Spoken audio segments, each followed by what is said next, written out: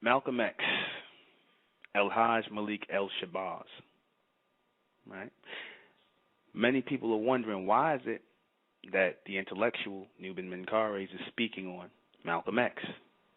Why am I questioning this man who's been dead for over 45 years? Why am I questioning whether he was a disciple or a deceiver? Why am I stuck in the past? For someone who advocates the future so much, why am I talking about a man of the past? Reason being is because this man was a had a huge impact on the mentality of black people today. Very huge impact. So much so that black people, they don't realize the impact. It's usually the people that have the biggest impact on you that you don't realize, because you're doing and you're thinking a certain way. They impact you in a certain way, and you're thinking your ways of thinking have changed, or this person helped to shape the mentalities of a lot of black people, but not in a good way.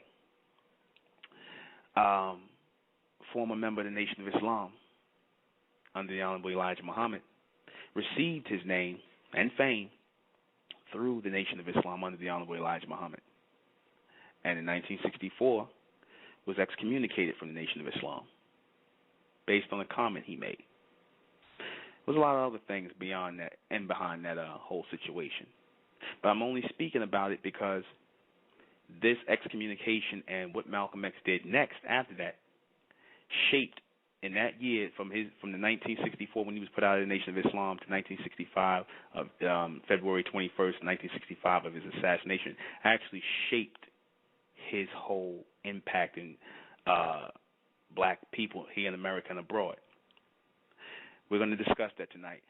I am the intellectual Nuben Menkarayzz, and this is State of Mental Radio, and tonight we question whether Malcolm X was a disciple or a deceiver. I know my weigh-in on this is not going to be popular, right? Because I am not of the conscious. See, Malcolm X is the poster boy, or should I say the poster man? I'm not going to disrespect him by calling him a boy. Malcolm X is the poster man for the conscious movement, for the black revolutionary cause. He was the inspiration for the Black Panthers. They upheld Malcolm X's, speeches and things like that, his fiery speeches and, his seamless, fearlessness, when it came to confronting white authority, right? Now, like I said, to question this man and what he did amongst a lot of black people is like questioning Jesus Christ or Muhammad or whoever. It's like sacrilege. How can you question Malcolm X? How can you even ask the question, was he a disciple or a deceiver? What you should be asking yourself is, in asking that question, why is Malcolm X promoted as an American icon? Why is he promoted as an American icon with people like John F. Kennedy, Martin Luther King, and that's the three. Robert F. Kennedy's not really in the trinity there. It's him, it's Malcolm X, Martin Luther King, and John F. Kennedy. Now, people say, because they was assassinated because they stood up for something that was right and this, that, and the third. And that's really not it. That's not it. Malcolm X had become an American icon based on something he did in 1964 between the time he was put out of the Nation of Islam in 1965 upon his death. And that is, he turned against the Nation of Islam. He left the movement of people who were advocating doing for self to join the civil rights movement, or join in that fight and that concern for politics and revolution and, wanting to be a part of the society and, work together in the society. He changed sides. He sold out. And, a lot of people say that, he used the excuse, of things going on in the Nation of Islam. He just couldn't take it anymore. Elijah Muhammad with the women, the secretaries, and, he just couldn't stomach it.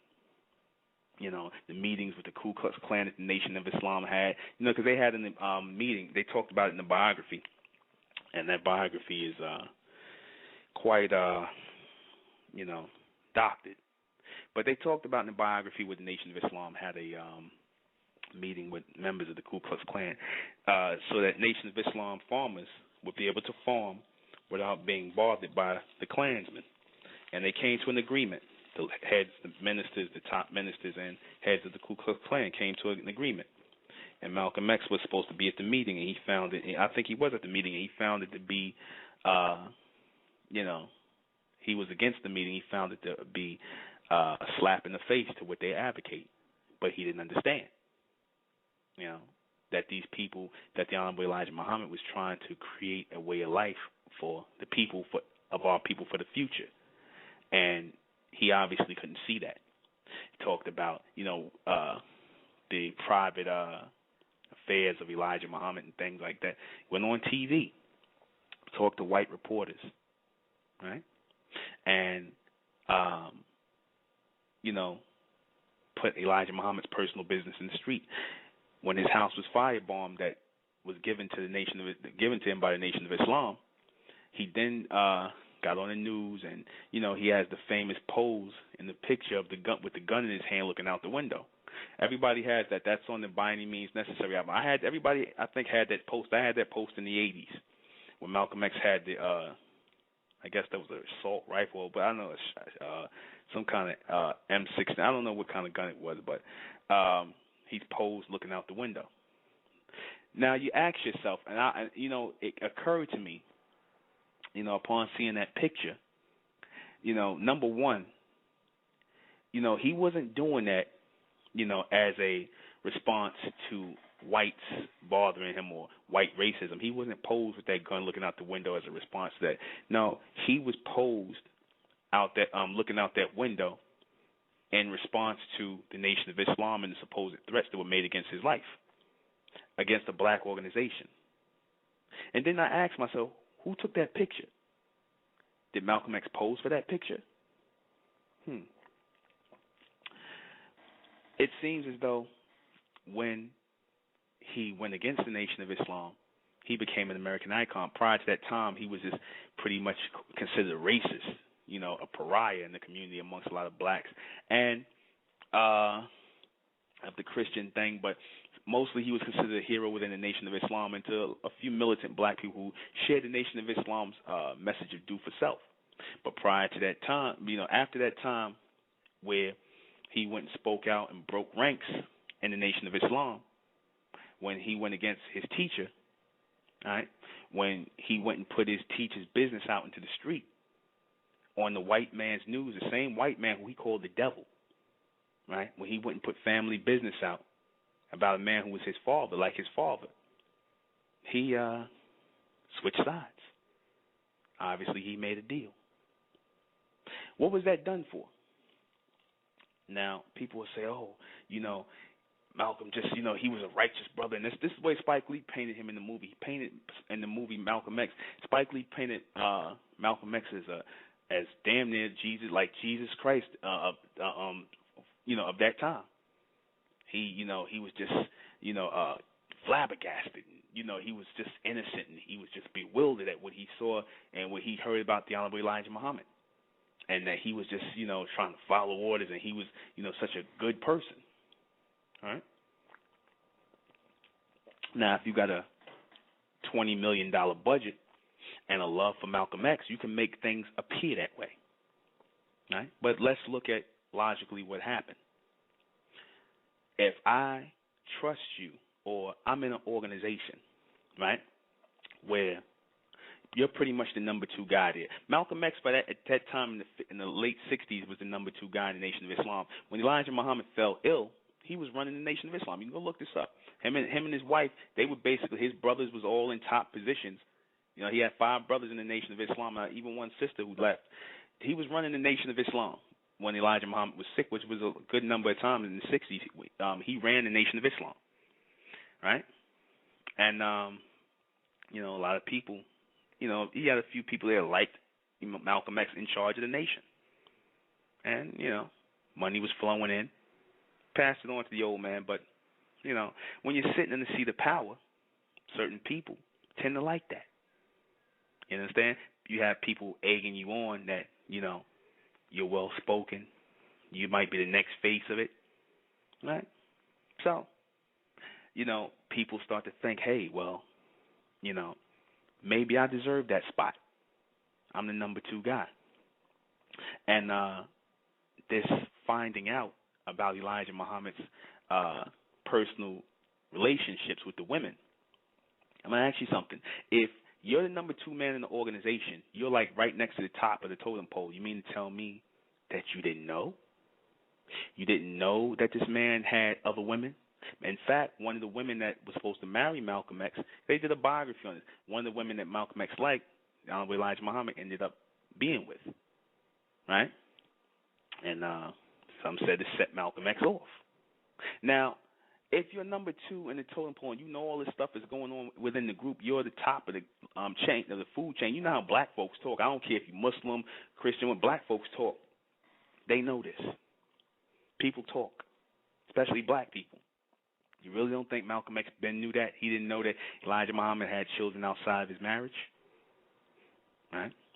Why did he take so long to, why did he expose it in 1964?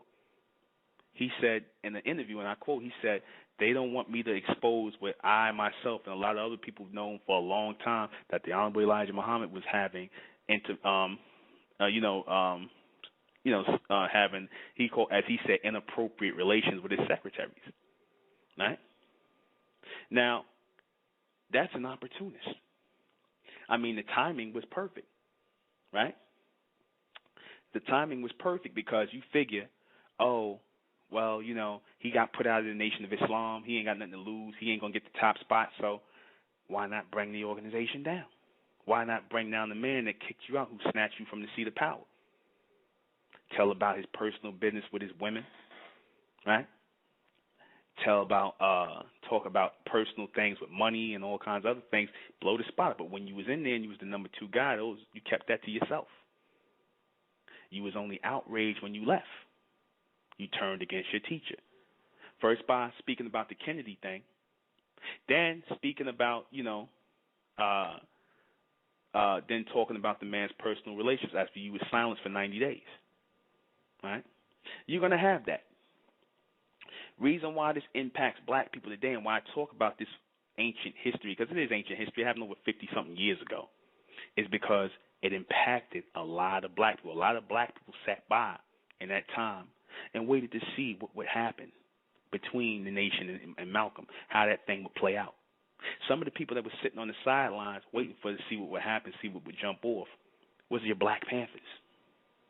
They held Malcolm X up as the poster man for their group, right? Because of Malcolm X's rebelliousness and his revolutionary mindset, meaning that he rebelled not so much against the white man. Yeah, that was, he was doing that in the Nation of Islam, he wasn't that big, but the fact that he rebelled against a black organization.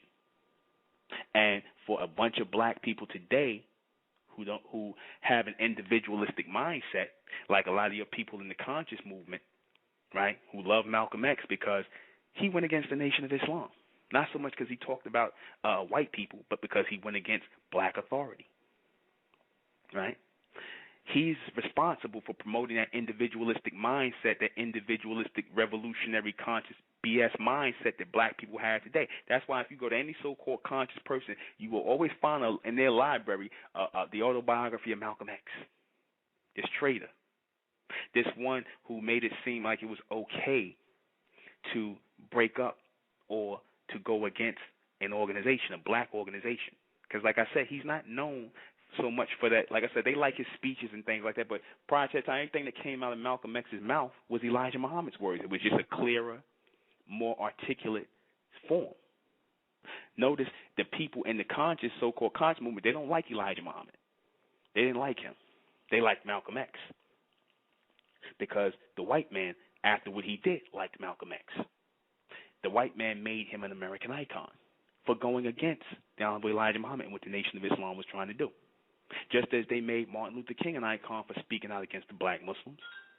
You understand? This was all done purposely. This was all done to make it seem as though, or to promote individualism, you understand, in black people. This was done to promote individualism. This was done to promote this mentality, this negative mentality in people, that our people are following today. Yeah, this was done to cause dissension in people, where we no longer look at the collectiveness anymore. We look at the individuality. We look at ourselves as individuals because of the example Malcolm X set. See, prior to that time, when you had black people thinking of each other in the collective, it was always a group of us coming together. After that time, the whole, of what happened with Malcolm X and the breaking with the Nation of Islam, you didn't see that anymore. Everybody developed this revolutionary, individualistic mindset. You understand? Everybody put Malcolm X up as a hero. You can go to any city in this country and you can find at least a high school or a junior high school or a civic center or something with Malcolm X's name on it. So in order for things like that to happen, it has to be government approved. How many schools you're going to see with Elijah Muhammad's name on them? You understand? Unless the Nation of Islam builds it. Right? They're not going to promote people like Elijah Muhammad as an icon in this society. You understand? They're not going to do that. When you're promoted as an icon in this society, that means that this society loves you. It loves your ways. This society loved the ways of Malcolm X. You understand? This society loved the ways of Malcolm X. They loved his mentality and his mindset. What he did was priceless. And throwing our people back into the revolution, throwing our people back into the pot, throwing our people back into a bondage mindset. What did Malcolm X do upon leaving the Nation of Islam? He went to Mecca, took a shahada there, and became a Sunni Muslim. However, what was funny about that was that he kept the name El-Hajj Malik El-Shabazz, which translates as the king of the tribe or the king of Shabazz. Now, the name Shabazz is not an Arabic name. That's not. You will find that name Shabazz, S-H-A-B-A-Z-Z. You will not find that in the Arabic language. You understand? That's very interesting. The only place that word turned up was in the Nation of Islam's doctrine. And it came from Fard Muhammad, the tribe of Shabazz. Why did Malcolm X keep that name after breaking ties with the Nation of Islam if he became a so-called Sunni Muslim or he joined Orthodox Islam? Why did he keep the last name Shabazz? Very interesting. You would think he would take a name like Muhammad or Abdullah, any other name, but not Shabazz. The Honorable Elijah Muhammad taught that the Nation of Islam was the tribe of Shabazz. So if you take the title of the name Malik, meaning king in Arabic, you know what I mean, El-Shabazz, king of Shabazz or King Shabazz, what is that saying? What is that saying in your title? What was your intention? It's very simple, to take over the Nation of Islam. To do to the Nation of Islam what the government wanted all along, which is to make it an orthodox form of Islam, to turn them into an orthodox group or turn them back into the bondage system of Islam, Orthodox Islam, to take them away from their do-for-self evolutionary stance into a more revolutionary bondage way of thinking. When I say the word revolutionary, I mean moving in circles again, like the black man and black women have done ever since you've been caught up in religion. You've done nothing but move in circles, because as I taught, the word revolution means to revolve in a circle. They don't teach you that definition of it, but go look in your dictionaries, I mean in a good dictionary too. You'll see that the word revolution means to revolve. You understand? Evolution means to move forward in a straight line, and revolution moves in a circle, right, to revolve. Malcolm X was responsible for helping to throw millions of black people back into Islam, back into slavery through Islam, because our people were enslaved in Islam. A lot of the so-called black Muslims, they want to ignore that fact, right? But when the Honorable Elijah Muhammad came along, he gave us a whole different Islam, an Islam that was showed or was a product of our life in America. He gave us Islam for that, a current Islam. The Islam that the Nation of Islam was teaching wasn't mirroring the Islam of 1,400 years ago that was brought by this so-called prophet Muhammad 1,400 years ago. It wasn't mirroring that. You had some certain things, certain practices and principles of it that were, but the majority of it was not. The Honorable Elijah Muhammad and Fard presented an Islam that was not moving in a circle. You understand? That was not moving with this along the lines of Orthodox Islam. When Malcolm X left the Nation of Islam, he became influential. He helped to reintroduce that. You understand? He helped introduce our people into that. Now you got over 4 million black people in America who've converted to Al-Islam or Sunni Islam, Orthodox Islam. Why? Because Malcolm X split from the Nation of Islam. He was one of the first ones out of the Nation of Islam. I mean, you had people that followed along the line, but no one is more famous as him as left the Nation of Islam and went into Orthodox Islam, a.k.a. back into bondage, into mental bondage. He was responsible for that.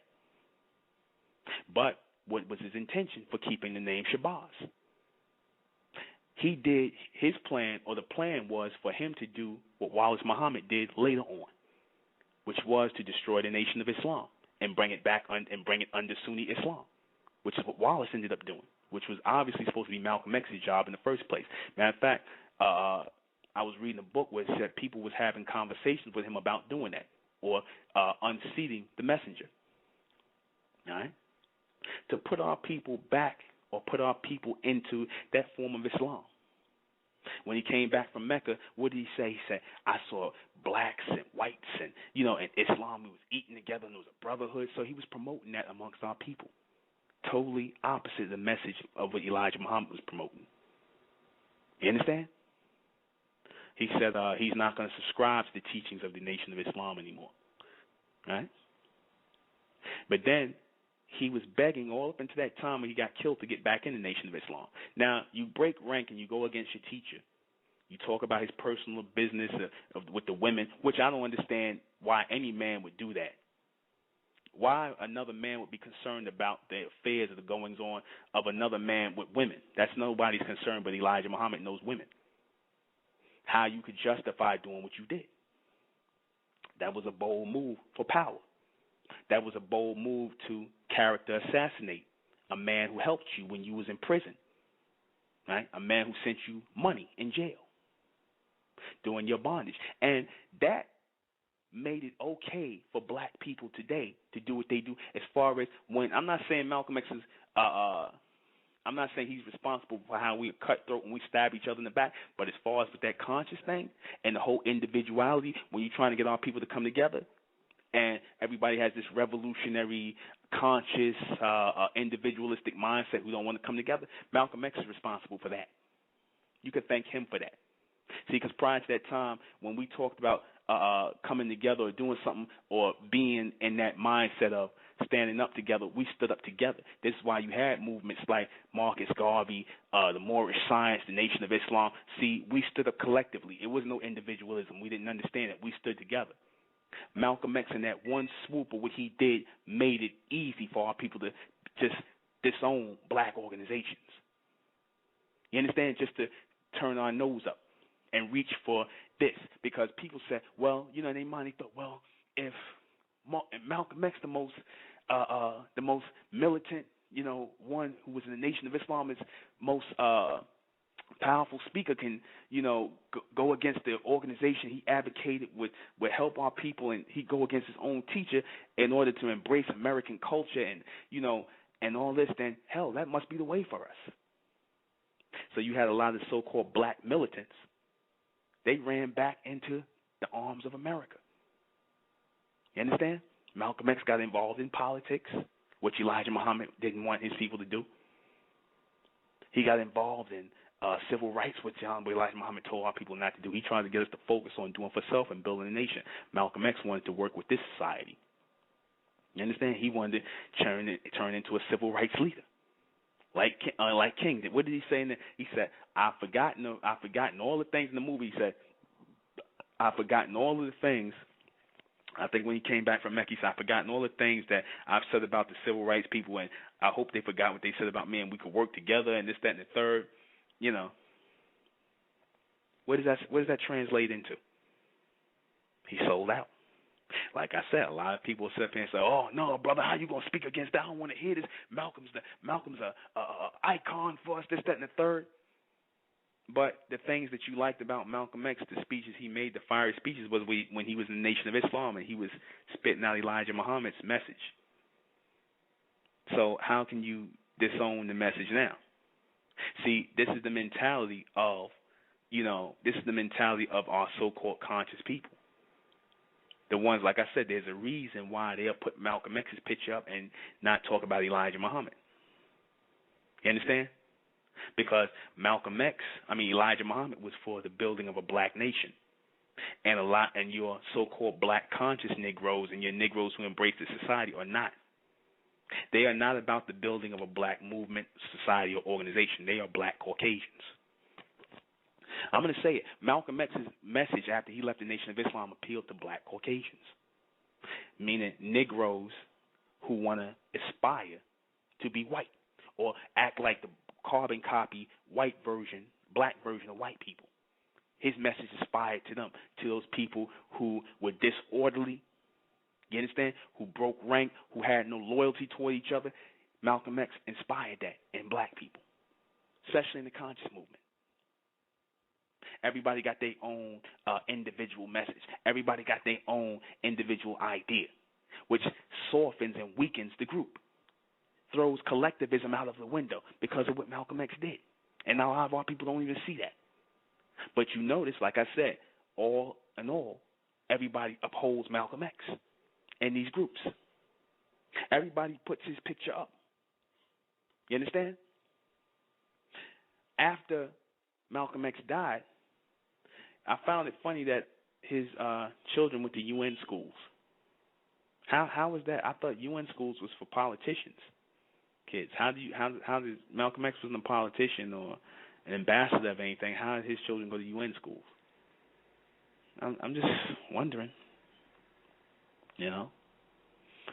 He went and pursued these women. He had money to travel around. Yeah, he talked about he was broke. He had money to travel to L.A. and different places, remote places where these women were at who were pregnant with the messenger's children. And he interviewed them and tried to get them to come to court, to the white man's court against his teacher.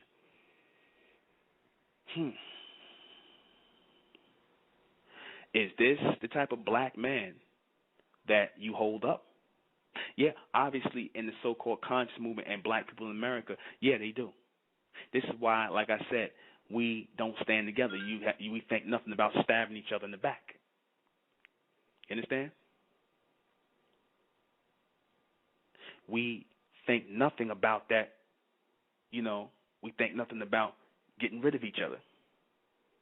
You understand? We think nothing about standing against one another and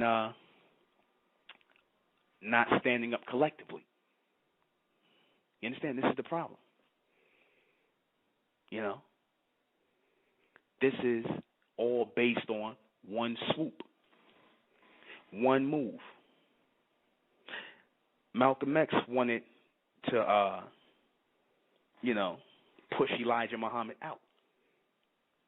The beast loved Malcolm X. What happens when you become an American icon here in the society? Right? If they allow your names to go up on schools, if they allow your names to go up on civic centers that get government funding, what happens? You become accepted. You understand? They did something with Malcolm X and Martin Luther King in the Village Voice. I talked about this in the past. They questioned Malcolm X's sexuality. They questioned whether he was a homosexual in his earlier life. Same thing with Martin Luther King. In a move to push the whole homosexual agenda here, a.k.a. the asexual agenda, they pushed Malcolm X and they questioned his sexuality. It was in the Village Voice and it was in another newspaper. It blew my mind. But this is what happens when they own your image, when they make you an icon in the society. They own your image. You become property of this society. Same way they own the image of Bob Marley, who's promoted as an icon, Martin Luther King. Who else? They use Jimi Hendrix. They made these people American icons for a reason, because they promoted the values of this country. You understand? They promoted in some way, shape, or form the values of this country. Malcolm X promoted the values of this country in the last year of his life, which was to be against the evolution of the black race. See, because when Malcolm X, when he spoke out against Elijah Muhammad, it wasn't just Elijah Muhammad he was speaking out against. He spoke out against the whole movement, because that man represented the whole movement. He didn't think that, you had people who've been in this thing for years before he even got here in 52, before he even joined the nation in 52. It was people who was in this thing from the 30s, people who raised their families up in this thing, people who loved Elijah Muhammad, believed in what he was saying, believed in everything he was doing, and gave their life to this thing. People gave their life to this thing. Loved this thing called Islam. And then when one swoop, he crushed that for a lot of people by putting this man's personal business in the street, by trying to so-called expose this man's personal life. And one swoop destroyed this man, or tried to destroy the image of this man, along with a nation, along with a bunch of people who you stood over as a minister to. You understand? As people, men that protected you and put their lives on the line for you. You not only stabbed Elijah Muhammad in the back, you stabbed him in the back as well. You understand that? You painted a picture of a group of people. Malcolm X, I should say Spike Lee, he painted a picture of a group of people in the Malcolm X movie who were double-dealing, dishonest, backstabbers, liars, con artists. That's how he painted the Nation of Islam. That's how he painted the Honorable Elijah Muhammad, as a fraud and a con man. You had old-ass Dick Gregory come out of there and talk about how Elijah Muhammad was a pimp. Why? Because he slept with multiple women. Then I guess that would be the title for a lot of black men, because he ain't did nothing that no other black man ain't did or has done or is doing. You understand? He ain't did nothing that no black man hasn't done, is doing in this day and time. What was so special about him? What was special was that he was in the seat of power and authority. And obviously people had a problem with that. A lot of your so-called educated niggas, they had a problem with that, because Elijah Muhammad wasn't well spoken. He just was plain and simple, and he put it plain and simple and told the truth, how it was about the plight of our people. He didn't kiss anybody's ass. You understand? He stood up when they wouldn't stand up. He was a man when they wouldn't be men. You understand that? But they could take Malcolm X more because he was well spoken, he was light skinned, you know what I'm saying? He was tall. The white man, liked him. He was nice to look at on camera. The white men were attracted to him on a low. Talked about how tall he was, how handsome he was, things like that. They didn't like the little brown man, with the country accent, the leader. They liked the tall 6'4" guy who was well spoken. They liked him better. And like I said, when you talk about this, it's not going to be popular with a lot of our people, because they love Malcolm X. They love the image that was painted of Malcolm X. They love the Spike Lee movie. It's two sources they have. They love the Spike Lee movie and they love the biography. But they didn't actually see the events. They didn't actually see what led up to that. They didn't actually see what this person did shattered the collectiveness of our people forever. You uphold somebody who went against the evolution of our people, against the collectiveness of our people.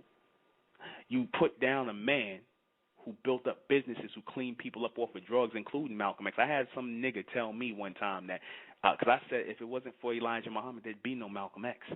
And he said, well, Malcolm X would be here if Elijah Muhammad wasn't, it was no Malcolm X. I said, how so? The X came from Elijah Muhammad and Fard and all of that. That came from there. Malcolm X didn't have no platform or no podium to speak on. You know what this nigga told me? He tells me that, oh, well, Malcolm's father was a Garveyite or something like that, and so, he was, he just niggas started making things up. And this person had a radio show. I'm not even gonna name his name. He had a radio show one time, and he said this madness.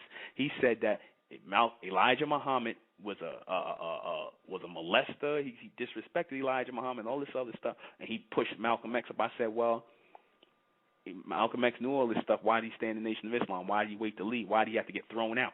He didn't even leave. He got thrown out, and he kept trying to get back in. Why would you want to get back in under a man who's supposed to be so terrible? Why would you want to be a part of a movement like that? You understand?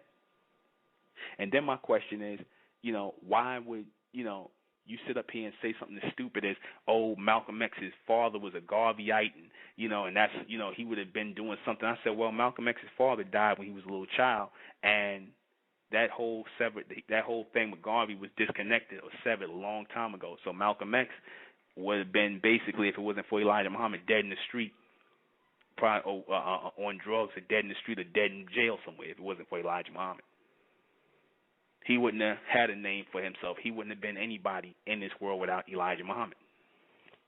All right?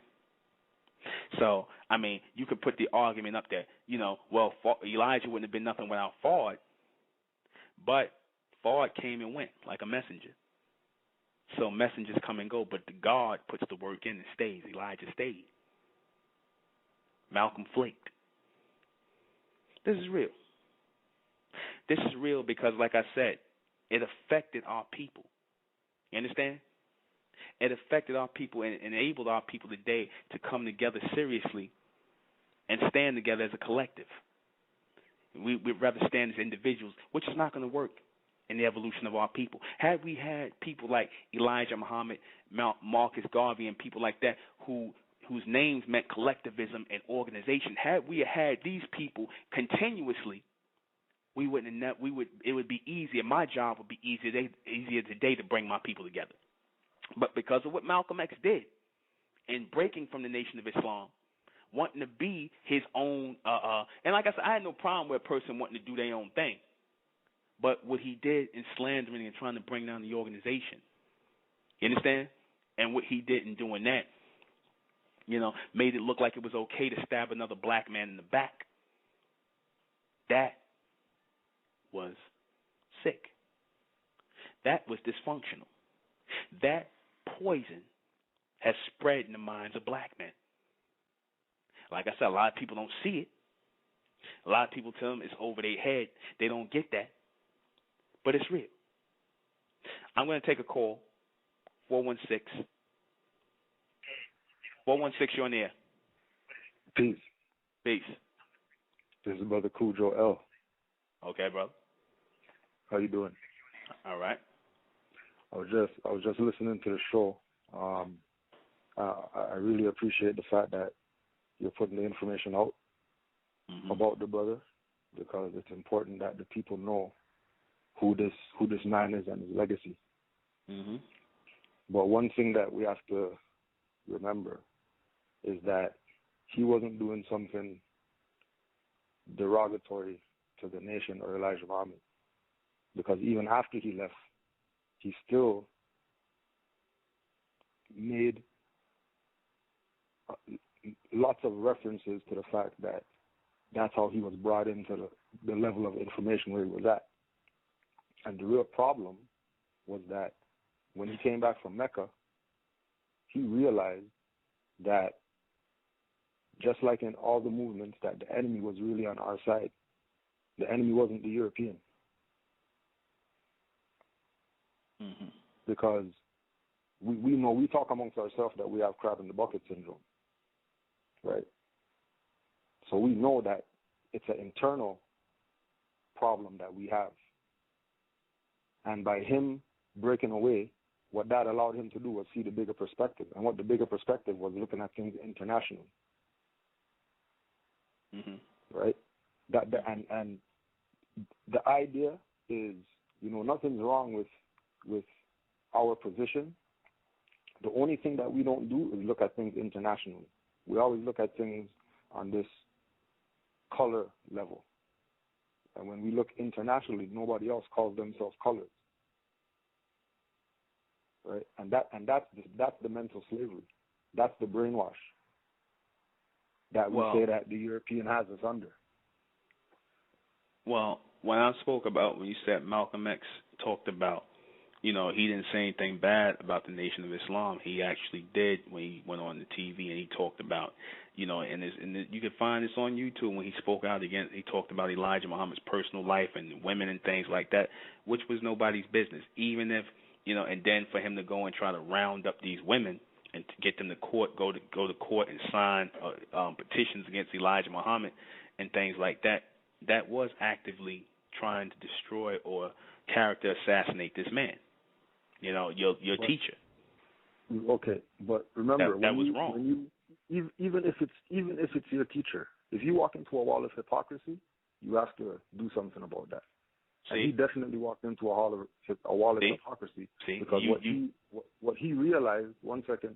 Now listen, don't get me wrong. I'm listening. I don't have anything against Elijah Muhammad, right? You know what I mean? He brought information to the people, and that information that he brought was relevant to certain people, and it assisted them in raising themselves from wherever they were after slavery, right? So I'm not taking anything away. Whatever they have personally is their own business. I wasn't there, so I can't really talk on it. But based on what is presented, right? When we look at El Hajj getting murdered, right? How come none of the bodyguards were on the stage? I don't know. How come he died with a smirk on his face? Right? How come it wasn't Europeans that said, "Get your hand out my pocket"? It was brothers. The same thing that it's an internal thing, but we have to get rid of the emotionalism about things, right? Well, you're right. I'm not saying you're wrong. You're right. He did speak rash, right? But again, that's their personal thing. We don't know what that was about. Well, wait a minute. I just spoke about what it was about.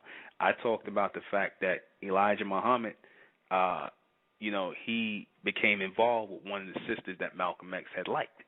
You understand? And also, when you say he walked into a wall of hypocrisy, I'm like, that's like, you saying you don't see anything. You're not saying Elijah Muhammad was wrong, but you just called the man a hypocrite. Because if you're saying, understand why. Let's back up. Let's back up in the history, right? The NOI was founded in 1930, right? Prior to the NOI, Fard Muhammad and Elijah Muhammad were members of the ᴅᴇᴄᴏ Temple. Okay. And this is where they got the idea of bringing people into this organization who were slaves, having them change their name, right? And adopting a name that is more connected to who they are, right? They got that idea from Noble Drew Ali in the ᴅᴇᴄᴏ Temple. Okay. Because you have to remember that Elijah Muhammad was Elijah Poole before. Okay. And Elijah Poole corrected his name to Elijah Muhammad. Okay. W.D. Fard corrected his name to Fard Muhammad, right? Farrakhan, his name's correct. And then you go down the line, you find out that only the heads have actually legitimate corrected names. Everybody else has an X. Unless they're on the knowledge to know that, you're going to pick a name. You're not going to pick a letter to represent your last name. Well, no, the whole thing of that was the letter, the X represented ex-slave, last name, X, putting an X to all the things that you did prior to. That's what it represented. And remember what I was saying in the beginning. Remember what I was saying in the beginning. We have to look at things internationally. If we go around the world out there, you're not going to see any people out there with letters as last names. Well, that wasn't. Well, see, this is where you're missing the point. What that did, it stopped you judging, their evolution of what they was. Let me finish, brother. How come Elijah Muhammad didn't take an X? How come Elijah Muhammad didn't take X? Because he already had got a name from Fard already, and in the beginning he had got a name from Fard in the beginning. Let me finish. Wait a minute. Now you had people who were, coming into the Nation of Islam, and this was an evolution of black people.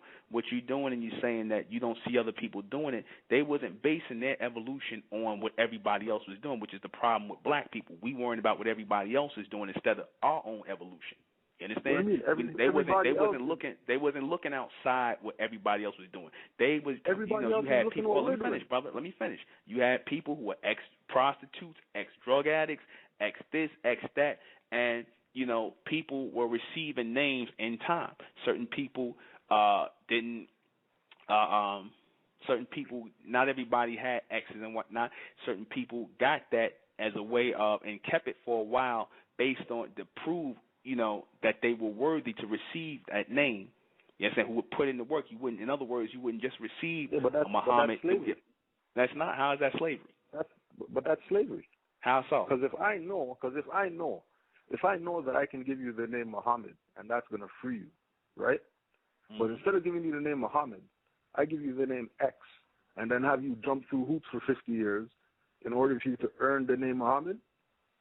That's not jumping through hoops. That's talking about that, but that's in the Nation of Islam. That was in the Nation of Islam as a member of a nation. Hold on, that's as a member of a nation. Hold on a second. Let's not go there, because a religion can't be a nation.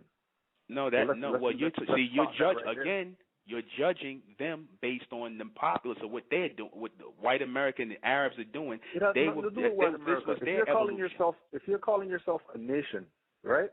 Yeah. If you're calling yourself a nation, mm-hmm. it can't be you can't be a religion. But Islam is a religion. Says who? What do you mean? Says who? Says who? If you ask anybody you're going by what other people are saying. Okay, so you telling them they can't define how they want to define themselves. You saying It's not even about defining.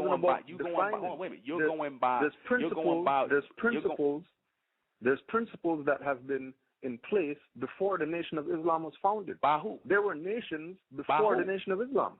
By who? By our people. By who else? We're the first people on the planet. No, you're not going by our people, because you talked about, if you look at people out in the world today, obviously you're talking about white people in other nations. You're not talking about black people, because even this country here, you understand, it's founded, they say it's not on religion, but it is founded on Judeo-Christian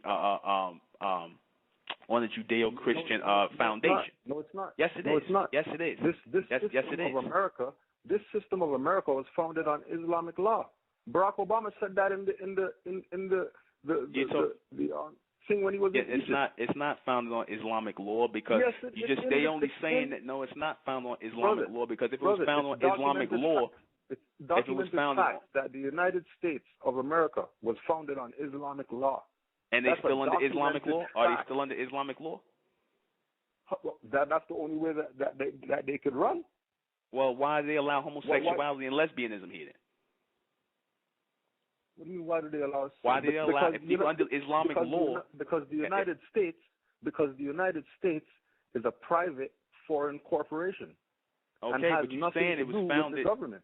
But you're saying that it was founded on the principles of Islam. You just said that, right? Yes, and that's what then why are you? You can go check the records. It says that. Okay, then why is homosexuality and lesbianism allowed here? Why is it that men are not? Wait a minute, let me finish. Why is it that men are not allowed to have more than one wife here? You're asking me a question. I'm answering you. Because the United States that you are thinking in your mind is a government is not a government. It's a private corporation, and they have got the people to believe through dumbing down that the United States is a government. It's not a government. It's a private corporation. And in a private corporation, you could do whatever you want to do. You could run into each other's sisters. You could do homosexual stuff, because that's a private corporation. That has nothing to do with you. But you just said that it was founded. Listen, you just said this thing was founded on Islamic law. Yes, I'm going there. Okay, go ahead. Right? When you talk about George Washington and him being the first president, for example, right? There was presidents that preceded George Washington that were brothers. right, that were brothers. Okay. Right? And those brothers were from the Iroquois Confederation. Okay.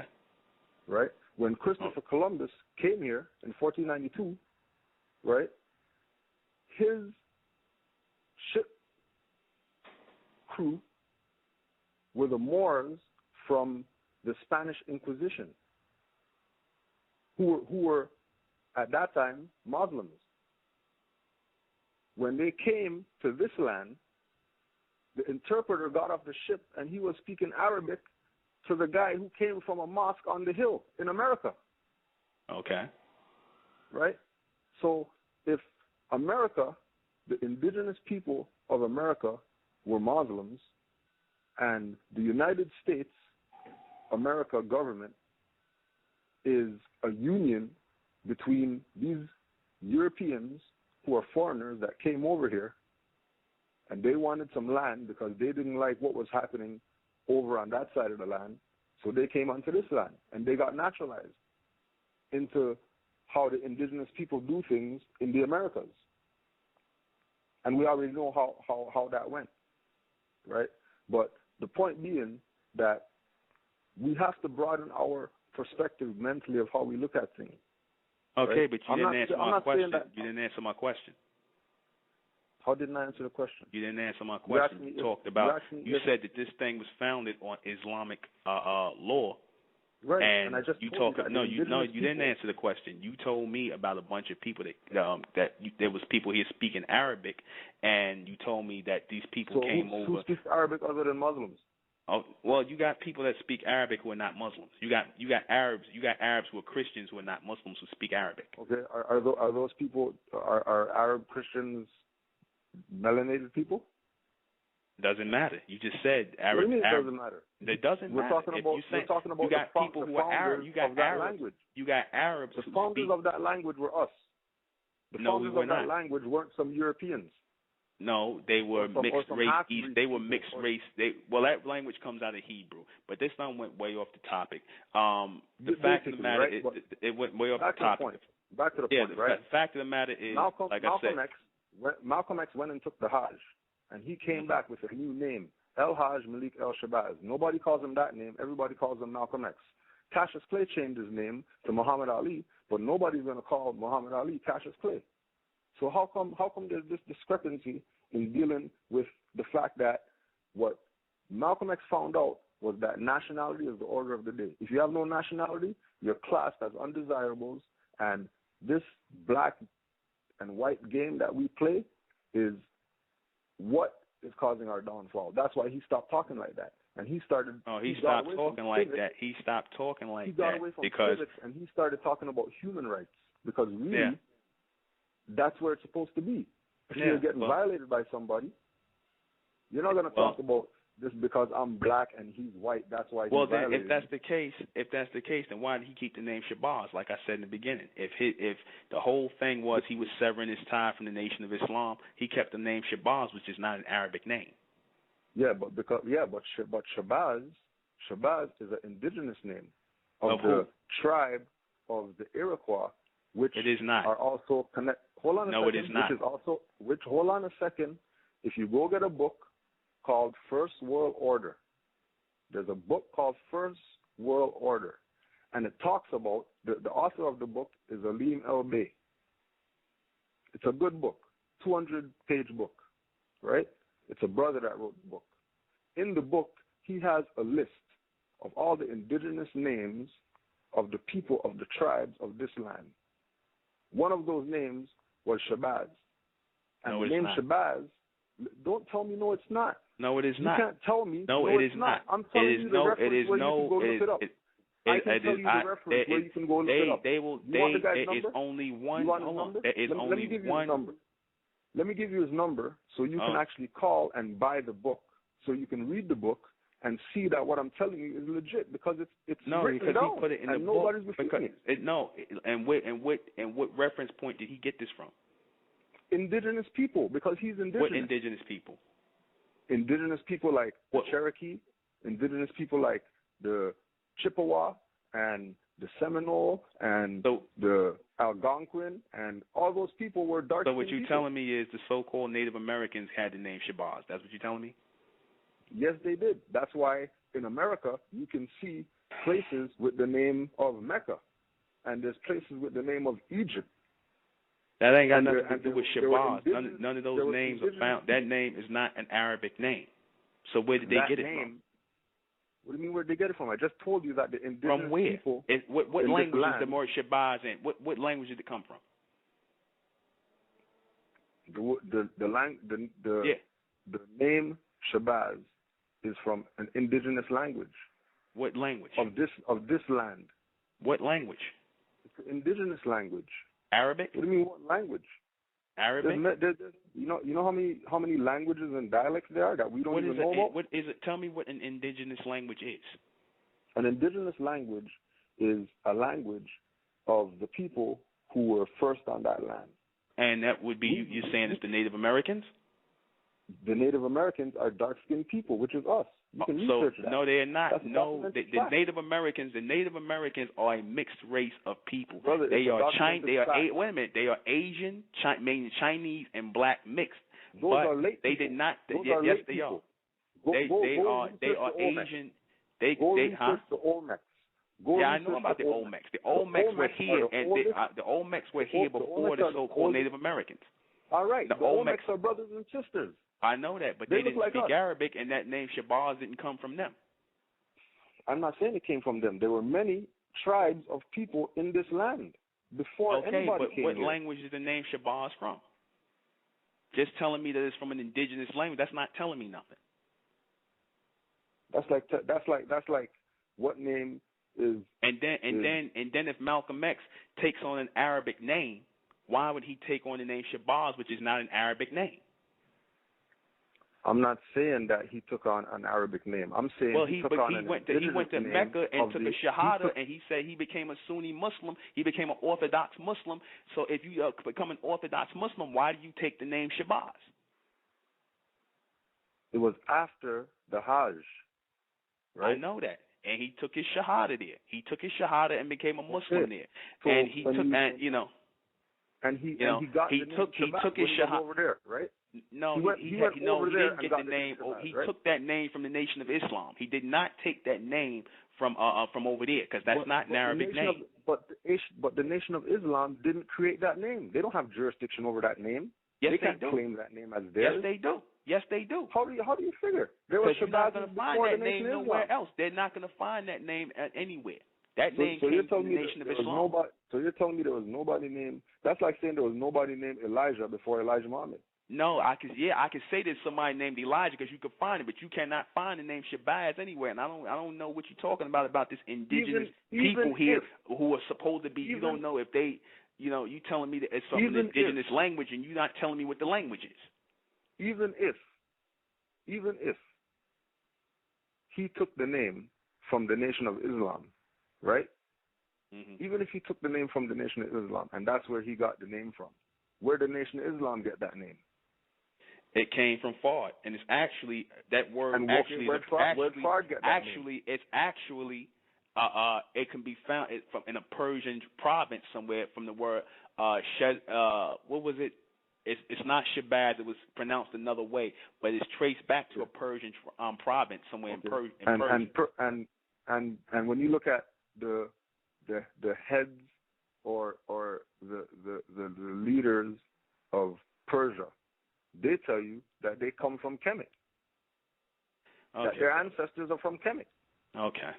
All right. Go ask a Persian.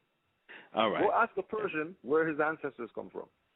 All right. And they'll say that their ancestors are dark-skinned people.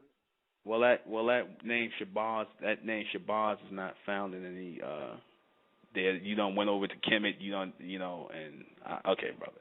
This son went to. All I'm saying is get the way book. Off the thing. First World Order by Ali Al-Bey, and the names are in there. Okay, with no language, you can tell me what the name of the language is. You can't tell me the name of the language it came from. But you read the book and you ain't telling me that. You just saying an indigenous language. But brother, I gotta go. Okay. All right. Thank you. Okay. Back to Malcolm X. Exactly. You know, like I said, this proved my point from the last caller. He said that Malcolm X came in. He proved my point exactly. Malcolm X came in and broke down a wall of hypocrisy. So in other words, you would call Elijah Muhammad a hypocrite. See, they do it, and they don't even know it, and they hold this man up as an icon. They make it okay for somebody to come along like this and think what Malcolm X did was noble. You understand? They make you think what Malcolm X did was so great. He didn't think about the other people. You understand? All it talk about, he came in and he exposed hypocrisy to who? What hypocrisy? I mean, does it take a scientist to figure out that if you're a leader and you got a bunch of beautiful women around you, that 9 times out of 10 you're going to sleep with them? Big whoop. So what? Elijah Muhammad slept with his secretary. So what? They wanted that obviously they wanted to sleep with him. He wanted to sleep with them. And you know, you still got people in the Nation of Islam who still sitting up here trying to act like that never happened. That this man wasn't a physical man who had needs and wants and desires. And people like Malcolm X sat up here and tried to utilize that to slander the man's name, bring down the organization, because it's about more than just those men. You understand? It's about more than just those men. You know, they got something here in this country called treason. If you go against the country in which you're from, they have a right to execute you. What Malcolm X did is technically described as treason against his nation. You understand? He went against his own people. He threw our people back into bondage mentally. He threw us back into the pot. He got us from thinking about doing for self to with this, just like what this guy just ended up doing, telling me about. He's sitting up here telling me about, what this nation do over here and what they do over there. It wasn't about them. If the Honorable Elijah Muhammad wanted to mix religion, Islam, and a government of Shabazz or whatever, that's their thing. They could do what the hell they want. This guy sitting up here telling me, it was wrong what they did. Based on what? The white man? On the Arabs? On the Africans? On what? On somebody else? That's their nation. They could do what they want to do. But that's how, that's the mentality of the black man. Y'all look at, like I said, the black man, he look at what everybody else is doing. You understand? He look at what everybody else is doing. You understand? And based off of that, if it ain't following what everybody else is doing, then, that's wrong. That's wrong what Elijah Muhammad did. He casting people in bondage. All kind of madness, like the last caller just made up. All kind of madness. Elijah Muhammad was putting people in bondage. I'm trying to explain to him that X meant X prostitute, X drug addict, X whatever your bad habits was, and the whole thing is when you came to a certain point and you were serving your organization, this movement, you understand, your government, then you receive a name. You understand? But to the black man who's not about the evolution and the collectiveness of his people, who always going around trying to find problems, you understand, just so you can justify stabbing your leader in the back or turning on your people, you understand, like what that guy just did. You understand? He don't even see. He think what he did was right, or what he said was right. You understand? You justify this because that was the only thing we had. You understand? That was the only thing we had. By giving us this false illusion that we could depend on America, that we could depend on civil rights and working with the government, look at where the hell we at now. Malcolm X was responsible for steering our people away from the collectivism of doing for self into the individualism of dependency. He was responsible for putting a knife in our back just like King did. You understand? Though the knife didn't go as deep, it cut just as sharp, because he brought the militant people over with that madness. You understand? We want to justify that. He put you back in under the Arabs in Islam, but yet he kept the name Shabazz, because in there he was telling you what his plans was, to unseat a black leader. We'll be right back. He also referred to our people as Afro-Americans or African Americans. Remember when Ozzie Davis was doing the cover of the in the Malcolm X movie, he did the narration at the end, because he knew Malcolm X personally, him and his wife Ruby D. And he referred to ourselves as African Americans. He started using the red, black, and green. He talked more about Africa. Everything, even referring to ourselves as African Americans. And went into Orthodox Islam. 2 forms of slavery on our neck again when the Honorable Elijah Muhammad was trying to free our people mentally. Though he did use Islam. And people say, oh, he used Islam and this, that, and the third, but wasn't the same kind of Islam of the East. You understand? Wasn't the same kind of Islam. The Honorable Elijah Muhammad used red, white, and blue to let the world know that we were black American Muslims. You understand that our people was using that way of life, you understand, and using Islam as a universal thing, you understand, to unite us into that mindset. And like I said, a lot of our people, when Malcolm X did what he did, it made us distrust organizations and movements. It made us distrust each other. It made us say stupid stuff like, oh, yeah, well, you know what? We could still work together and unite, but you could be a Muslim over here. I could be a Christian over here. You could be an Israelite. You could be a conscious. You could be a Moor. No, we can't. No, we can't. No, we cannot. How the hell are you going to unite with people? You understand? And your ideologies and your ways of thinking are different. You can't unite on just being black. That's not enough, because it's not about what's over the skin. It's not about the complexion of the skin. It's about what's going on in the mind. The brother proved that perfectly when he stood up and he said, yeah, it was brothers that killed Malcolm X. It's niggas that stab you in your back. Call you black brother this and black brother that and stab you in the back. So, no, we can't unite on blackness because that's not real. You understand? Because you got 50 different people who got a different idea of what black is. And with their beliefs, they're always going to bow to their belief. You understand that? They're always going to bow to their belief.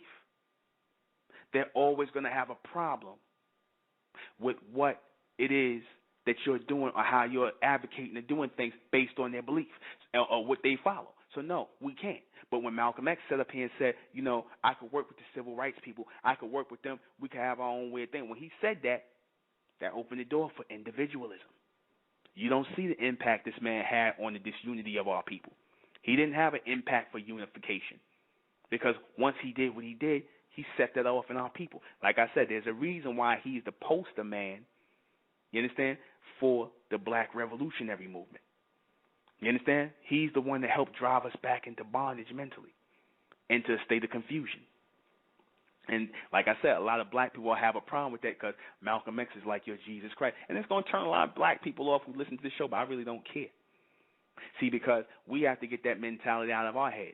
We have to get that mentality, that individualistic mentality out of our head. But in order to do that, you have to first realize where it came from. Who was the progenitor of that? Who was the progenitor of this individualistic mindset that we think is a good thing? That we think is, oh, yeah, you being progressive, you doing your own thing. No, it's not good. See, we want to be individuals and we want to be progressive and all this other stuff. But like I said, at the end of the day, when we wonder why this government is kicking our ass, we wonder why everybody come together and Voltron against us and kick us in our ass, and we wonder why we can't get together. That's exactly why, because of this example that Malcolm X set. Because in y'all head, y'all still see him going against, the example he set of going against so-called what this brother said on the phone was hypocrisy. And I don't understand, because he didn't prove to me what was the hypocrisy about. A man having sex with women, what's hypocritical about that? You understand? But like I said, it's always black people who want to justify being black devils. They want to justify stabbing somebody in the back. It's a man that took care of you, that was like a father to you, that raised you up. You want to justify selling out a bunch of people who you was close to, who was like brothers and sisters and family to you, and putting their leader up on the cross to be crucified in the white media. You understand? They had to offer you something for that. Because prior to that time, the Nation of Islam was taking care of Malcolm X. They paid they bought his house that he was in. They paid him money to be a minister. He didn't work anywhere. They took care of him. You understand? They put money in his pocket so he could go around and do his speaking engagements. Went to Harvard, goes to go on CBS. They foot the bill for that. You understand? And what does he do in return? Because he couldn't keep his mouth closed about things that didn't concern you anyway about Kennedy, because the Honorable Elijah Muhammad said, we ain't got nothing to do with that. Just say everybody loved this president, whatever, blah, blah, blah. The Honorable Elijah Muhammad was intelligent enough to see that the ramifications of that comment would cause problems amongst black people, because he knew that not only the white man would have a problem and try to, turn on the Nation of Islam in this society, he also knew that black people would too. He knew niggas was black zombies and they was mentally dead, and he knew that they would do what their master would do. They would turn on the very people that was trying to help liberate them.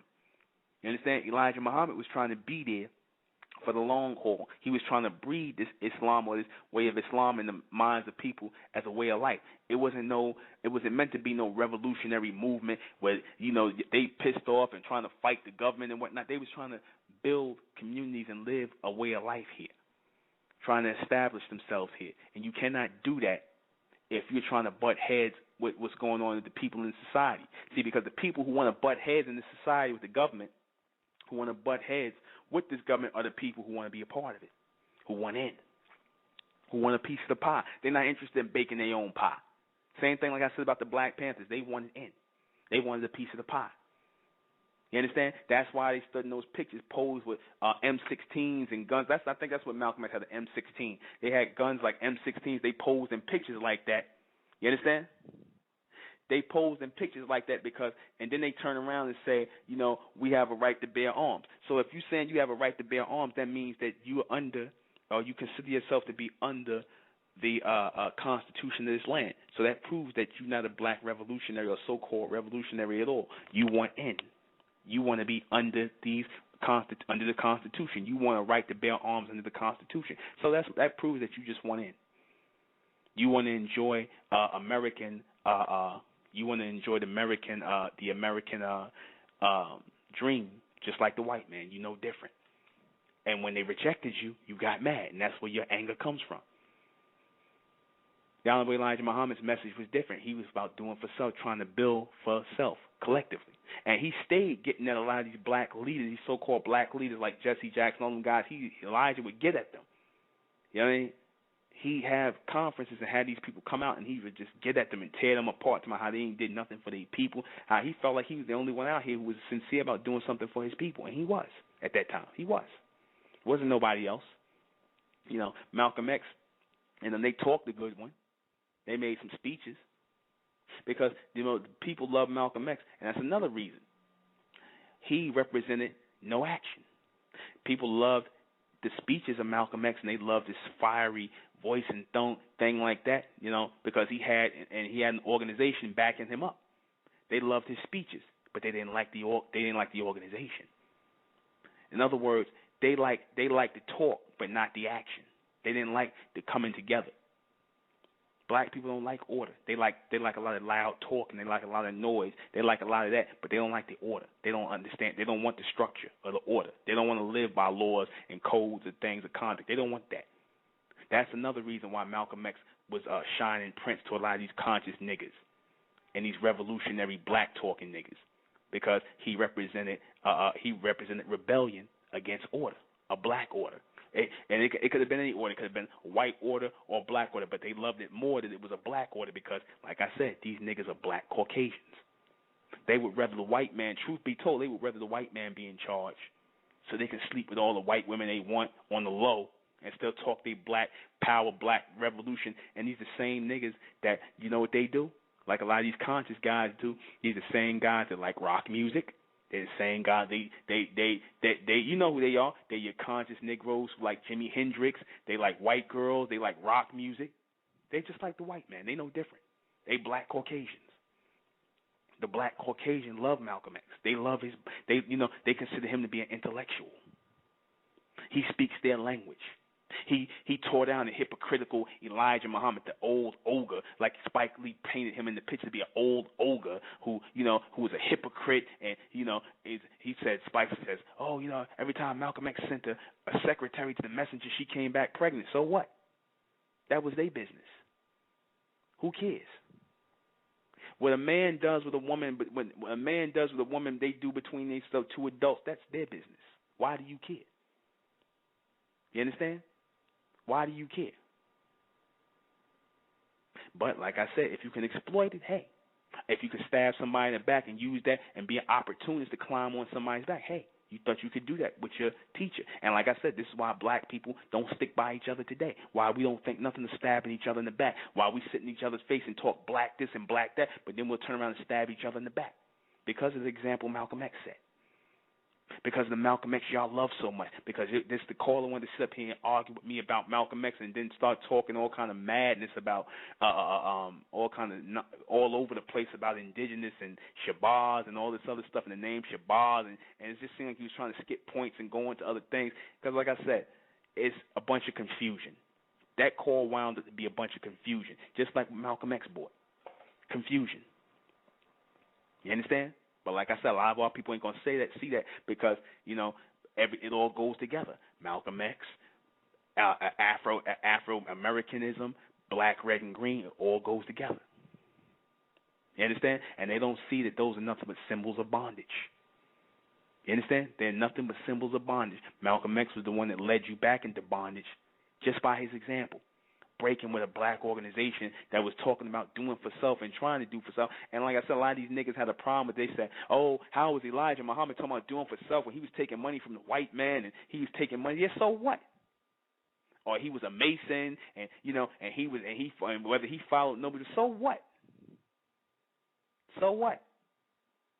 It was some guys in the so-called conscious movement that talked about how Elijah Muhammad was in bed with the white millionaires and he was a Mason and whatnot and he took money from them. I'm like, so what? Like you niggas wouldn't take money. Like you niggas wouldn't take money. Really? What did Elijah Muhammad sell out? How did he sell out? He still was telling the white man he was the devil. He was still doing what he was doing. So how did he sell out? You understand? You take money. We all take money from the white man. When you go into work, you take money from him. You understand? You got money in your pocket, then you in league with the white man. If you working every day, you hustling, I don't give a damn what you doing. If you taking money from him, you are in league with him in some way, shape, or form. You understand that? That's what it is. You understand? That's what it is. Don't sit here and say, oh, because Elijah Muhammad did it. You know what that is? That's niggas who mad at the black man. They really don't want to see a black man in a position of power. They didn't like seeing Elijah Muhammad looking dapper. They didn't like seeing him with the crowns on his head, with the universe on his head. They didn't like seeing the FOI, that man had enough power to point a finger and 50 men, 100 men, thousands of men to turn one way. They didn't like that. But it was okay for Kennedy or the white man them to have power like that, but not a black man. And definitely not no black man that they was going to listen to. They wasn't going to listen to no black man like that. Because then, you had to live a certain way. We all had to think the same. We had to do this, we had to do that. And his message was do for self. And, the black man, FY, the black man don't like to do for self. The average black man would rather look for a handout. He wants the white man to give him a job. He wants the white man to give him some reparations. He wants the white man to give him some college loans and things like that. And I'm not saying that, a hand up, if you take it as a hand up, that's fine. But the black man wants some welfare or whatever. The black man wants a hand out. He don't want a hand up. There's a difference. You take a hand up to pull yourself up and utilize what it is you have to make yourself better so that you don't stay dependent on a system. A handout is what you constantly going to be taking. You understand? Because you want to stay dependent on the system. Hand-ups are what you look to take when you're trying to become independent of the system and pull yourself up by way of that system. There's nothing wrong with that. You understand? Black people should have been able to create that system themselves had we all followed the example of the Honorable Elijah Muhammad. Like we trying to do in the state of Mentel. We trying to continue that example of collectivism and coming together under one name, one flag, one this, one that. That's what we're trying to do. So I ride with the Honorable Elijah Muhammad, not with Malcolm X. Because the Honorable Elijah Muhammad, though he used Islam, though he used wherever it came from, I don't care if it came from Noble Ali, Fard, wherever. Like I said, that came through these men. That didn't come from these men, because what Elijah Muhammad talked about in the later years of his life and things like that, it defined an evolution that was beyond Islam, beyond what Malcolm X and Noble Drew and all of them was talking about. That made impact his message. But a lot of people didn't see that. You understand? The beast, Malcolm X allowed himself to be used by the beast. He allowed it. He allowed himself to be used by the beast. He allowed himself to be used to pull down his teacher. He allowed himself to be that split. He allowed himself for what? So he can travel the country or travel the continent or travel the world off of whose money? See, because after Malcolm X left the Nation of Islam, he had money to travel throughout the world, and he had passports. That cost money. Last time I checked, they say he was invited to these countries by foreign leaders, okay, at their expense. Maybe. Right? But they did it, why? Because of who he was and who he once was in the Nation of Islam. His position in the Nation of Islam wasn't because of Malcolm X for himself, but it was because of his position in the Nation of Islam, because he was a member of an organizational, a body of people who were cooperating. See, once you are part of a body of people who are cooperating, who understand order, then you will receive respect. See, this is why the Nation of Islam received respect throughout the world. Even in this country, though the white man, he begrudgingly respected them, but he did respect them. Because they wasn't wild, they wasn't unchecked, there was order there, there was structure there, there was unity there. And Malcolm X went against that. You understand? He cut the only real bridge we had, or he tried to help cut the only real bridge our people had toward freedom. You understand? I don't say justice and equality, because nobody can be equal to us. And justice is only for us, amongst us. But freedom from this enslavement in the mental, in this mindset of the beast, freedom from this conscious nonsense and this individualistic mindset and this egotistical bullshit, that's what he brought us back into. You understand? Nice speeches, but a little too late. They took hold of Malcolm X's image as an American icon for a reason. Because he gave them what they wanted. He gave them what they wanted. He gave them disunity. He gave them mistrust. He gave them a man who was looked upon as a great leader. He painted that man as a lying, hypocritical, lecherous man. You understand? That's what he gave them. Hell, the Beast gave Spike Lee $20-something million to make that movie. Why did they do that? The Beast controls Warner Brothers Pictures and all these other picture companies. Why would they give Spike Lee $20-something million, $15 or $20 million to make that movie? And then he had to end up borrowing from Cosby and all of them and Janet Jackson, because they wouldn't give him money to finish it. The Beast turned around and dissed Spike Lee. But they gave him that money to make that movie. Did you think he was going to have anything kind to say about Elijah Muhammad? He painted the man, like I said, and he purposely created characters in there. This Baines person, he purposely created characters in there, false characters. You understand? Just to slander the Nation of Islam and make them look bad, because that's what the Beast wanted for that $20 million. He painted Malcolm X as a pariah, as a modern-day Messiah, someone who, was deceived, someone who was led astray, hoodwinked, bamboozled. And then when they showed, remember in the scene where they showed Malcolm X running out of it, Spike Lee did a cut where he showed his father, Malcolm X's father and mother running out of the house when the Ku Klux Klan set it on fire. He then did the scene where it was supposed to be the Nation of Islam that threw the fire bomb up against the house, and they ran out. And he made it seem like it's the same thing all over again. Like these are the same people, the Ku Klux Klan, the Nation of Islam, which is what this society was promoting. The Beast wanted to promote that. The Nation of Islam was just a racist group of people. Spike Lee cut it together well. A picture, what they say, a picture is worth 1,000 words. A lot of people, that went over a lot of people's heads.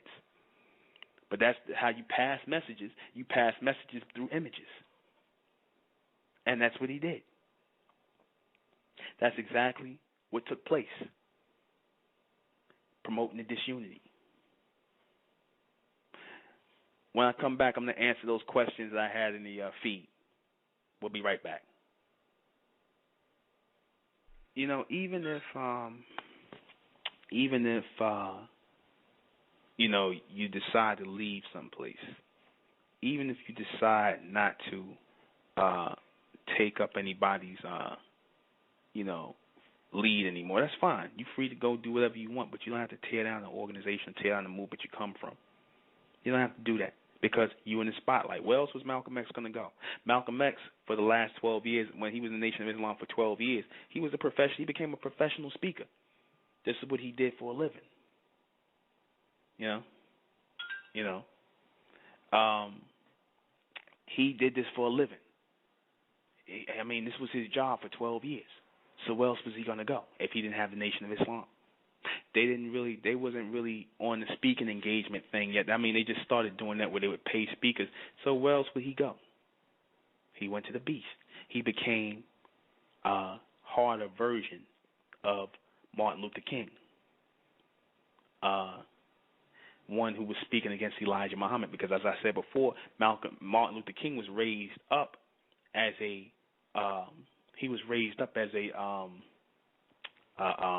counter to Elijah Muhammad's message, because Elijah Muhammad's message and the Nation of Islam's message was catching a lot of strength.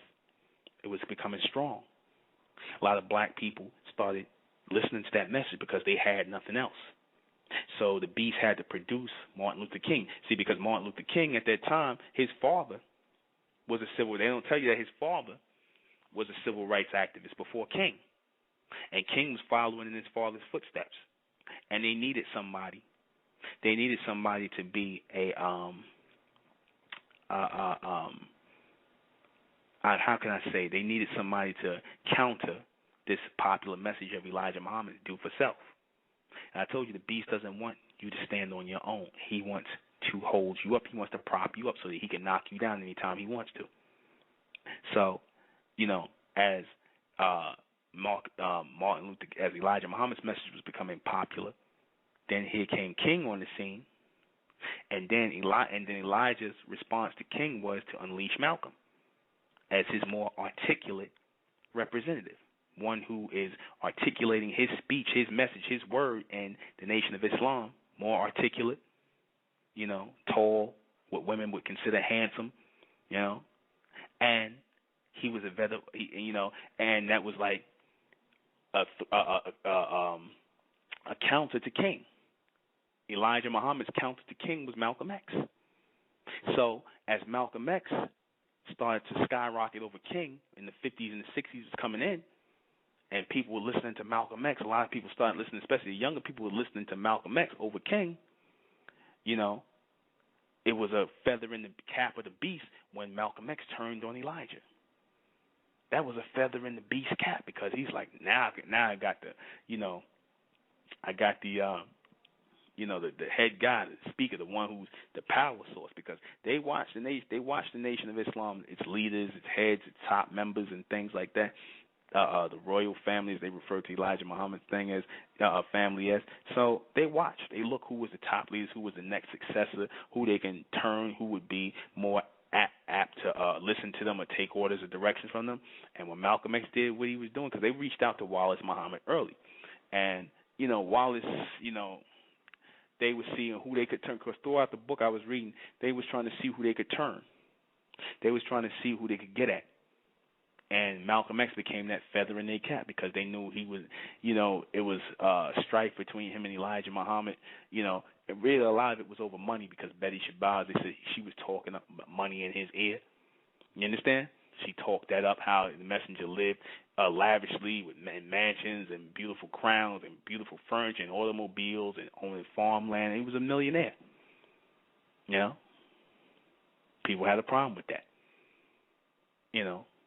Betty wanted some of, she wanted to be like Clara.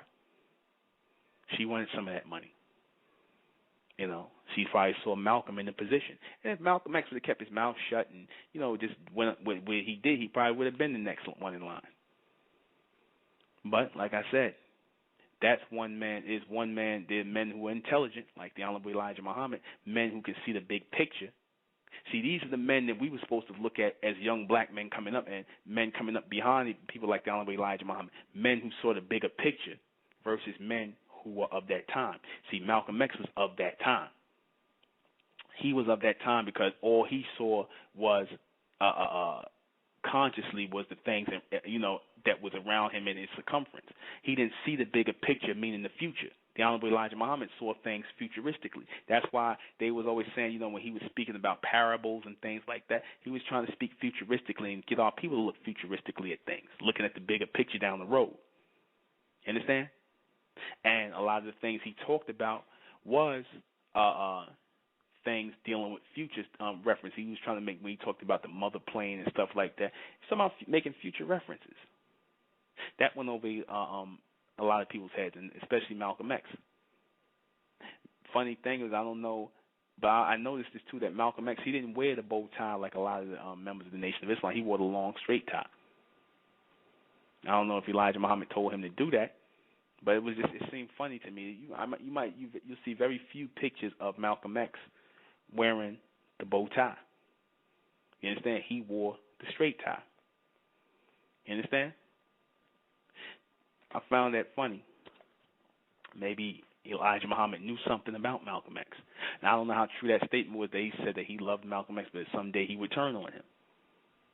You understand? And Elijah Muhammad had a way of seeing things in the future. He would talk about things. He also talked about how the beast would turn on Jesse Jackson, and damn sure it happened.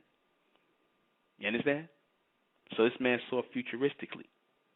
He saw things as a prophet, one who prophesied. If you are a prophet or one who prophesied, then that means you see things of the future. That's a power that our people had. Malcolm X obviously didn't have that power because he would have saw himself getting shot down. He knew it was, when he got to that point, they said he knew it was coming.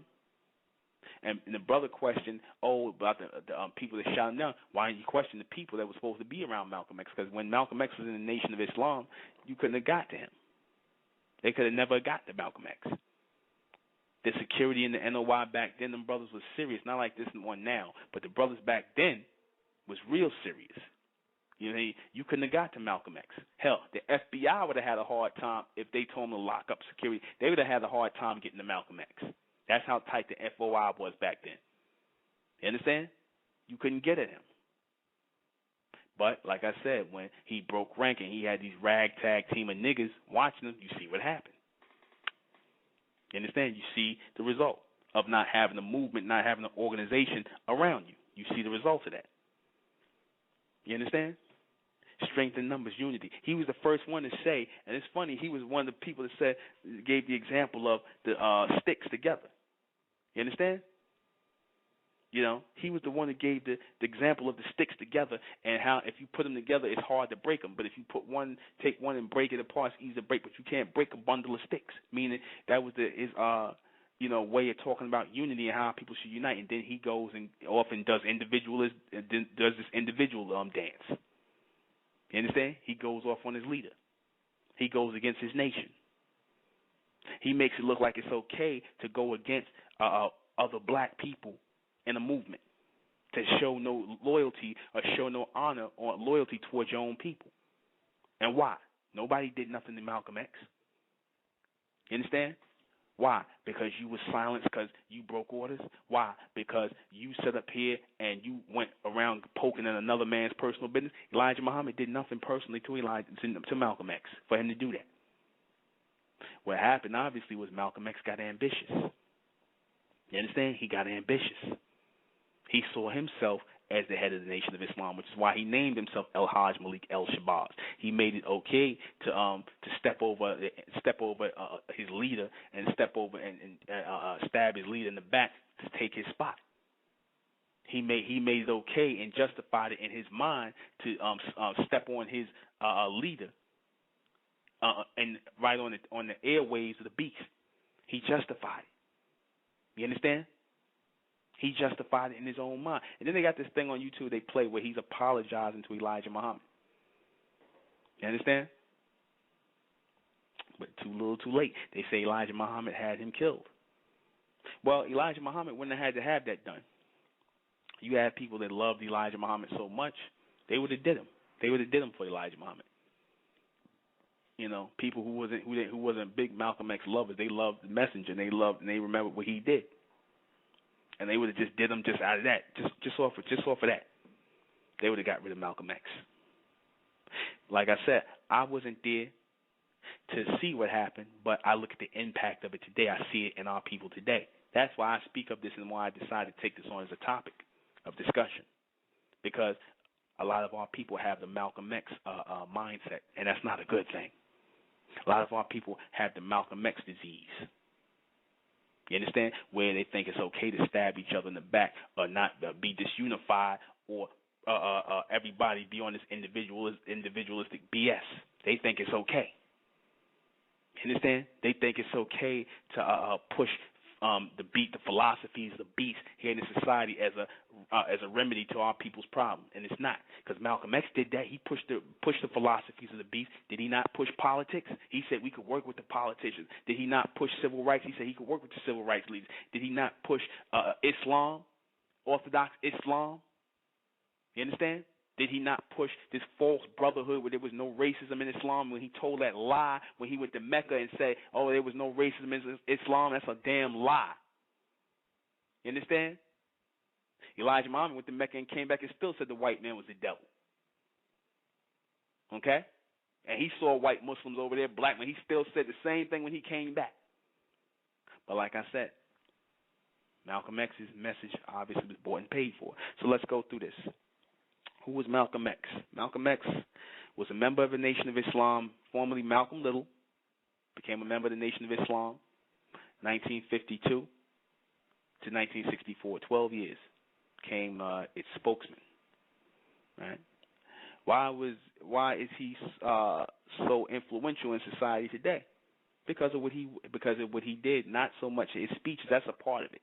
But the real reason why he's influential in society today is because he went against Elijah Muhammad.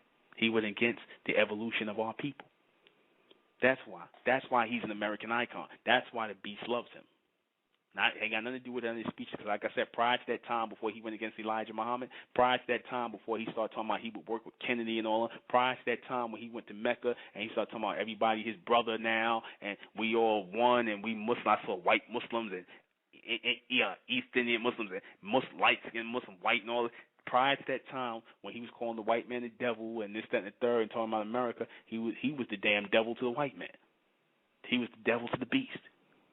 But when he went over there and he fell into the Orthodox Islam and he started slandering Elijah Muhammad and talking about Elijah Muhammad's personal affairs and calling Elijah Muhammad a hypocrite, that's when he became the American icon. You understand? He was right up there with Kennedy, like I said, the Trinity, Kennedy, King, and Malcolm. You understand? He was part of the Trinity, the iconic 60s Trinity. Right? So that's why he became for stabbing a black leader in the back. You understand? That's why he became popular and iconic with the beast. You know, how did he really become so iconic? Just like I said, stabbing another black man in the back, one who was about the evolution of our people, selling him out, playing ball with the beast. You understand? Obviously, he got cold feet. He probably tried to change the plan, because they say he went back and apologized to Elijah Muhammad, so they probably was like, I don't know what he's going to do, so maybe he became a danger.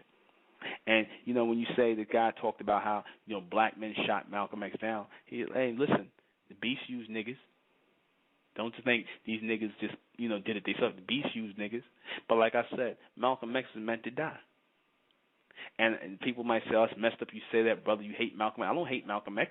I'm just telling you what he did. It's not an emotional thing. I don't even know Malcolm X. I have nothing against the man, but what he did was wrong. What he did was he messed up the minds of a lot. He played a part in messing up the minds of a lot of people in this future generation. But what he did, especially these conscious Negroes, you understand? He played a part in that. He played a part in destroying the minds of our people, just like Martin Luther King did. You understand? He put us in this perpetual mindset of having our damn hand out, begging the white man for freedom, justice, equality, civil rights, affirmative action, you know, whatever. sitting at lunch counters, getting spit on, getting things thrown at us, getting dogs sicked on us. He made us chase abuse. He made us chase after and desire to be martyrs in this society, to be damn. He made us desire to be. What's the word I want to say? He made us desire to be just to be walked on, to be nothing. He made us desire that. We think it's honor in that.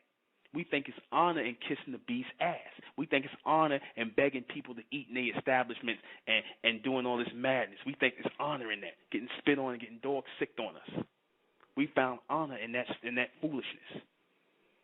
And you got niggas that talking about how proud they was of that. You understand? That's sick. So yeah, Malcolm X played a part in that too. He made it fashionable to stab another black man in the back. You know, look for so-called black hypocrisy. Run under the Arabs and call yourself a Sunni Muslim or Orthodox Muslim and follow them. Run back into the arms of the children of your former Arab slave masters who think of you as a Zinji, which translates to nigger. You understand? As a Bilalian. You understand? People who won't even let you marry their daughters, and you niggas want to marry their daughters. That's the sad thing about it. You want to be with them. You desire to be down with them. You niggas got Down syndrome. You black Muslims, you niggas got Down syndrome. You understand? You want to be down with your Arab, your so-called who you think your Arab brothers are. You think they're your brothers. Hell, y'all even gave Dr. York flack for that. You niggas, like I said, black Caucasians. You know, and when I say black Caucasian, I don't just mean black with white. See, I'm talking about black people who desire to be in the mountains with the beast. You desire to be amongst the beast and the rest of the human race. You desire that. You understand? That's why I refer to you as black Caucasians. You are niggas of the mountains with the beast. You want to be with them. You want to be where they are.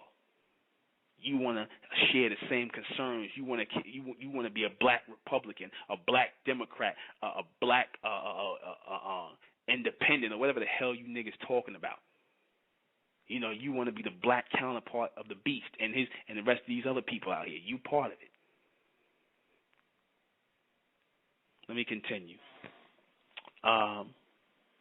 Did Malcolm X sell out to the beast? Yes, he did. Obviously, he changed his tune as soon as he left the Nation of Islam. As soon as he seen that they wasn't gonna feed him no more. As soon as he was on his way out, and they knew what his plan was. You understand? Elijah Muhammad figured it out. He wanted to be over the Nation of Islam. Like I said, he said it in his name. He told you the whole story. El Hajj Malik El Shabazz. Malik means king of Shabazz. El Hajj Malik El Shabazz. Why would you take a name that was owned by the Nation of Islam? I don't care what that brother's saying. You know, he couldn't tell me. He's telling me that name Shabazz is an indigenous language. What does that mean? What does that mean, an indigenous language? What language did it come in? Oh, well, brother, you got to read the book. But you read the book, so I'm asking you. Indigenous language, what does that mean? See, a lot of times black people just say things and they don't know what they're saying. They're just making up stuff as they're going along. That name Shabazz is a Persian word. You understand? Shabazz Qalandra. That's where the word came from. You understand? Persian is like a independent script of Arabic. You know, because they said far it was Persian. But who knows? Some people say they traced it back somewhere in Egypt, but the brother was all over the place talking about, it's not Arabic, then they go back to Egypt. And what's the Egyptian language then? You understand? We got to stop just talking to be talking. We got to know what we're saying. All right? But he kept the name Shabazz, which was my point. If he was going to be a Sunni Muslim, he could have took a Sunni Arab name, but the whole point was to take over the Nation of Islam and bring us back into bondage, which is what Wallace ended up doing about 10 years later when his father died. He ended up bringing the Nation of Islam into Sunni Islam. You understand? And that madness. So, let me see. Why did he really go against his teacher, the Honorable Elijah Muhammad? Because, like I said, black Caucasian. Malcolm X, he desired to be around white people. He was a black Caucasian. He desired to be around white people. That's why he loved going to Harvard and talking. He loved going on those shows and debating and whatnot. Now, he said he's doing it because of the Nation of Islam and whatnot. But no, he craved that attention and approval from the beast. He didn't care about so much the love of his own people. He liked, that was cool, but he liked being on TV. He liked being on the Beast TV and things like that. He liked getting attention from the Beast. He liked it. You understand? He liked being in so-called quote unquote conversations and intellectual conversations with the Beast, and wanting to be a power player. So that got to him. You can only have a black Caucasian mind anytime you would go and put a whole organization on Front Street, put the leader on there, and put the whole organization out there like that, because you don't care. All you're thinking about is yourself. That black individualism, a.k.a. the black Caucasianism. Guess that white genetic came out of him from his mother and them side. That's why he was able to do that. Did the Nation of Islam really kill Malcolm X? Probably. But he knew what it was for treason, because they told him all the time. Like I said, it was known in the nation back then. You went against the teacher or the teachers, or you tried to slander, they'd kill you. And if you was a member, because they considered that treason, so they probably did. But that he understood that. Malcolm X knew that. He knew how they got down in there. He was in it for 12 years. He was a captain and he was a minister. He was over soldiers, so he knew how they got down. They'd kill you. What does Malcolm X mean to the future generation of black people? Disunity, individualism. You understand? Selling out a black organization. You understand? Selling out black movements. But mostly individualism. Anti-collectivism. Just based on his move. Join us Monday. I don't know what the topic's going to be yet, but should be a good one, as always. I am the intellectual Nuben Menkarayzz. Join us Sunday the 26th in Brooklyn for the Supermen, Superwomen Project, Sunday, August 26th. Okay? Once again, join us Monday at 9 p.m. for the next State of Mental radio broadcast. Good night.